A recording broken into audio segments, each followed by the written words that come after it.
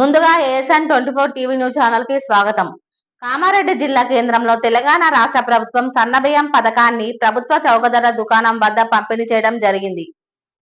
ప్రతి ఒక్క బీదవారికి తెల్ల కార్డున్న రేషన్ కార్డున్న ప్రతి ఒక్కరికి కుటుంబంలో 5గురున్నా 6గురున్నా ఒక్కొక్కరికి 6 కిలోల చొప్పున ప్రభుత్వం ఈ సన్న బియ్యాన్ని సరఫరా చేస్తుంది. మరి అదేవిధంగా వైఎస్ రాజశేఖర రెడ్డి గారు ఉన్న పీరియడ్ లో మరి ఏదైతే 9 వస్తువులు ఇవ్వడం జరిగిందో పప్పు, ఉప్పు, చింతపండు, కారం, మరి ఈ రాబోయే రోజుల్లో కూడా మరి ఆ స్కీమ్ ను పెట్టి మరి ప్రతి ఒక్కరికి కూడా బీదవారికి అందించే విధంగా మరి రేవంత్ రెడ్డి గారు సీఎం గారు చేస్తామని అనడం సంతోషకరం.